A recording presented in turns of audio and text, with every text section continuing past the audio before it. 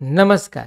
या व्हिडिओमध्ये आपण एकसमान वर्तुळाकार गतीवर आधारित दोन उदाहरणे बघणार आहोत.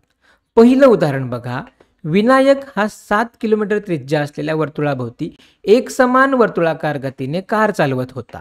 जर त्या वर्तुळाभोवती एक फेरी पूर्ण करायला त्याला 2 तास लागले असतील तर त्याची चाल काढा. पुढे आपल्याला पायची किंमत दिलेली आहे. पाय बरोबर 22/7. तर मग सर्वप्रथम या उदाहरणामध्ये काय काय दिलेलं आहे व आपल्याला काय विचारलेलं आहे हे लक्षात घेऊया. हा विनायक 7 किलोमीटर त्रिज्या असलेल्या वर्तुळाभोवती एक समान वर्तुळाकार गतीने कार चालवत होता. तर असं समजा तो ह्या वर्तुळाकार मार्गिकेभोवती कार चालवत होता. आता ह्या मार्गिकेची त्रिज्या आपल्याला दिलेली आहे, ती किती आहे तर 7 किलोमीटर. त्यानंतर त्याला या वर्तुळाभोवती एक फेरी पूर्ण करायला 2 तास लागले. म्हणजेच ती कार या वर्तुळाकार मार्गिकेभोवती एक फेरी पूर्ण करण्यासाठी 2 तास इतका वेळ घेते. मग इथे वेळ बरोबर 2 तास. मग आता उदाहरणात आपल्याला काय शोधायचे आहे बरं, तर त्याची चाल किती. तर पुढे एक महत्त्वाची गोष्ट आपल्याला सर्वप्रथम लक्षात घ्यावी लागेल, ती म्हणजे इथं आपल्याला दिलेलं आहे की विनायक हा एक समान वर्तुळाकार गतीने कार चालवत होता. मग एक समान वर्तुळाकार गती म्हणजे काय, तर जेव्हा एखादी वस्तू एक समान चालीने वर्तुळाकार मार्गाने जाते तेव्हा त्या गतीला आपण एक समान वर्तुळाकार गती असे म्हणतो. तर याचा अर्थ काय होतो, ह्या कारची या मार्गिकेभोवती एक फेरी पूर्ण करण्यासाठी जी चाल आहे ती स्थिर आहे. मग या उदाहरणात जर चाल ही स्थिर असेल तर चाल बरोबर अंतर भागिले वेळ या सूत्राच्या साहाय्याने आपण ही चाल काढू शकतो. मग या ठिकाणी आपल्याला अंतर व वेळ हे माहीत असणं गरजेचं आहे. यांच्या किमती आपण या ठिकाणी ठेवल्या तर आपल्याला चाल मिळेल. तर आता वेळ किती आहे तर 2 तास. त्यानंतर या कारने एकूण किती अंतर प्रवास केला असेल ते आपल्याला काढावं लागेल. तर आता या ठिकाणी बघा. मग या ठिकाणी या कारने पार केलेले अंतर किती असेल, तर एका पूर्ण फेरीमध्ये त्या कारने या मार्गिकेवर किती अंतर पार केले असेल बरं. मग काळजीपूर्वक बघा. या मार्गिकेची लांबी, या वर्तुळाकार मार्गिकेची लांबी म्हणजेच या वर्तुळाचे परिघ होईल. त्यामुळे या कारने पार केलेले अंतर म्हणजेच या वर्तुळाचा परिघ होय. मग आपण वर्तुळाचा परिघ कशा प्रकारे काढतो हे आपल्याला माहीतच आहे. त्यामुळं चाल बरोबर अंतर म्हणजे या वर्तुळाचा परिघ आणि परिघाचं सूत्र आहे 2πr. आता आपल्याला पायची किंमत इथे ठेवावी लागेल. त्यामुळं उदाहरणात आपल्याला पाय बरोबर 22/7 हे दिलेलं आहे. भागिले वेळ किती आहे तर 2 तास.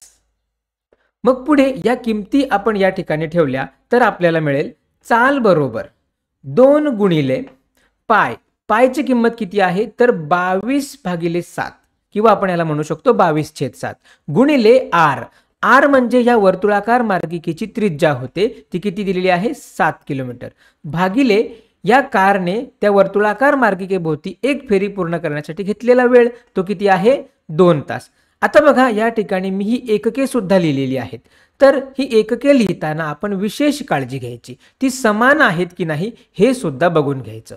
त्यानंतर आपण यांना सोडवलं तर हे 7 व हे 7 बाद होतात. त्यानंतर हे 2 आणि हे 2 बाद होतात. तर मग आता आपल्याला काय मिळतं तर चाल बरोबर इथे काय राहिलेत तर 22. म्हणजेच त्या कारची चाल होते 22 किलोमीटर प्रति तास. अशा प्रकारे त्या वर्तुळाभोवती एक फेरी पूर्ण करताना त्याची चाल ही 22 किलोमीटर प्रति तास इतकी होती. त्यानंतर दुसरे उदाहरण बघा. एक मुंगी 11 मीटर प्रति सेकंद इतक्या चालीने एक समान वर्तुळाकार गतीने वर्तुळाकार मार्गाने जात आहे. जर त्या वर्तुळाकार मार्गिकेची त्रिज्या ही 21 मीटर असेल तर त्या वर्तुळाभोवती अर्धी फेरी पूर्ण करण्यासाठी त्या मुंगीला किती वेळ लागला असेल ते काढा. तर हे उदाहरण आधीच्या उदाहरणासारखंच आहे. यामध्ये थोडासा फरक आहे. मग फरक काय तर या ठिकाणी आपल्याला त्या मुंगीला किती वेळ लागला असेल हे विचारलेलं आहे.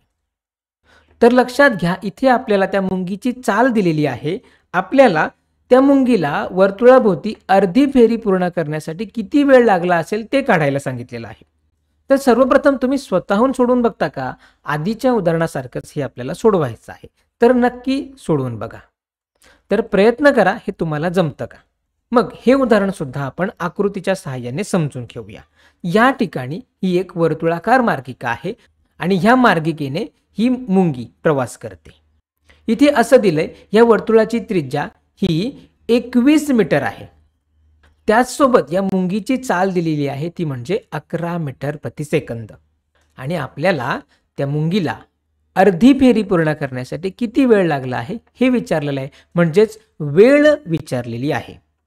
तर लक्षात घ्या, या मुंगीला त्या वर्तुळाभोवती अर्धी फेरी पूर्ण करण्यासाठी किती वेळ लागला असेल ते आपल्याला विचारलेलं आहे. त्यामुळं आपण या वर्तुळाची फक्त अर्धी फेरी गृहीत धरायची, म्हणजेच या ठिकाणापासून ते या ठिकाणापर्यंत. तर मग पुढे आपल्याला दिलेलं आहे की ती मुंगी एकसमान वर्तुळाकार गतीने गतिमान आहे. त्यामुळं आपल्याला माहित होतं इथे चाल ही स्थिर आहे. मग चाल बरोबर अंतर भागिले वेळ हे सूत्र आपण या ठिकाणी वापरू शकतो. परंतु आपल्याला वेळ काढायची आहे, त्यामुळं या समीकरणाची थोडीशी पुनर्रचना करावी लागेल. मग जर आपण याची पुनर्रचना केली तर आपल्याला मिळेल वेळ बरोबर अंतर भागिले चाल. तर इथे चाल आपल्याला माहित आहे, आपण या मुंगीचं अर्ध्या फेरीतील अंतर सुद्धा काढू शकतो. तर मग या अंतरासाठी आपल्याला फक्त या अर्ध्या वर्तुळाचाच विचार करावा लागेल, कारण आपल्याला इथे फक्त अर्ध्या फेरीसाठी वेळ काढायचा आहे, बरोबर. मग आता बघा, जर तुम्ही आधी हे करू शकला नसाल ना, तर आता तुम्हाला हे नक्कीच जमेल. मग सोडवा बरं, तुम्हाला हा वेळ मिळतो का?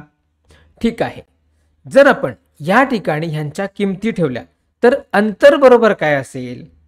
तर पुन्हा लक्षात घ्या, अंतरासाठी फक्त आपल्याला ह्या अर्ध्या वर्तुळाचाच विचार करायचा आहे, म्हणजेच या अर्ध्या वर्तुळाचे परिघ. जर संपूर्ण वर्तुळाचे परिघ बरोबर 2 पाय आर असेल तर अर्ध्या वर्तुळाचे परिघ बरोबर पाय आर होईल. म्हणून वेळ बरोबर अंतर, तर अंतर किती होईल? पाय आर भागिले चाल बरोबर 11 मीटर प्रति सेकंद. तर ही सर्व एककं SI मध्ये आहेत, त्यामुळं अडचण नाही. परंतु नेहमीच ही एककं लिहिताना आपण विशेष काळजी घ्यायची. पुढे बघा वेळ T बरोबर पाय. तर मग पायची किंमत कोणती ठेवणार बरं? तर मला या ठिकाणी लिहायला हवं होतं की पाय बरोबर 22/7.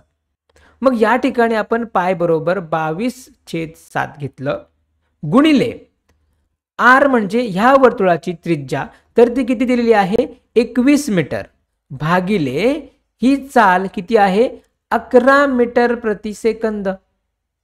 मग बघा, या ठिकाणी अंशामध्ये हा अपूर्णांक आहे, त्यामुळे हे सोडवताना जरा व्यवस्थित काळजी घ्यायची. आता या ठिकाणी जर आपण बघितलं तर या 7ने 21 ला भाग जाईल, त्यामुळं हे 7 गेले आणि 7ने 21 ला भाग दिला तर आपल्याला मिळतात 3. बरोबर, आपल्याला काय मिळतं? तर हे 22 गुणिले 3. आता मी यांचा गुणाकार करत नाही, कारण आपल्याला इथे हा भाग द्यायचा आहे, भागिले 11 मीटर प्रति सेकंद. आता या 11ने या 22 ला भाग जाईल, 11 एके 11 आणि 11 दुने 22, सो आपल्याला 2 मिळतात. आता हे 2 व 3 यांचा गुणाकार केला तर आपल्याला मिळते 6. त्यानंतर बघा, हे मीटर व हे मीटर बाद होतील, इथे राहील 1 भागिले सेकंद. ह्याला आपण या ठिकाणी घेतलं तर ते होईल 6 सेकंद. म्हणजेच त्या वर्तुळाभोवती त्या मुंगीला अर्धी फेरी पूर्ण करण्यासाठी लागलेला वेळ किती आहे? तर 6 सेकंद. मग इथे आपण काय बघितलं? तर जेव्हा पण उदाहरणात एक समान वर्तुळाकार गतीचा उल्लेख असेल तर नेहमीच आपण चाल काढण्यासाठी चाल बरोबर अंतर भागिले वेळ हे सूत्र वापरतो. आणि दुसरी महत्त्वाची गोष्ट म्हणजे या वर्तुळाकार गतीमध्ये अंतराचा उल्लेख होतो, तर अंतर काढण्यासाठी आपल्याला वर्तुळाच्या परिघाचे सूत्र वापरावे लागते. जर पूर्ण परिघ हवे असेल तर सूत्र होते 2 पाय आर, आणि जर अर्धे परिघ होत असेल तर फक्त सूत्र होते पाय आर. तर मग अशा प्रकारे आपण ह्या 2 उदाहरणांना सोडवलं.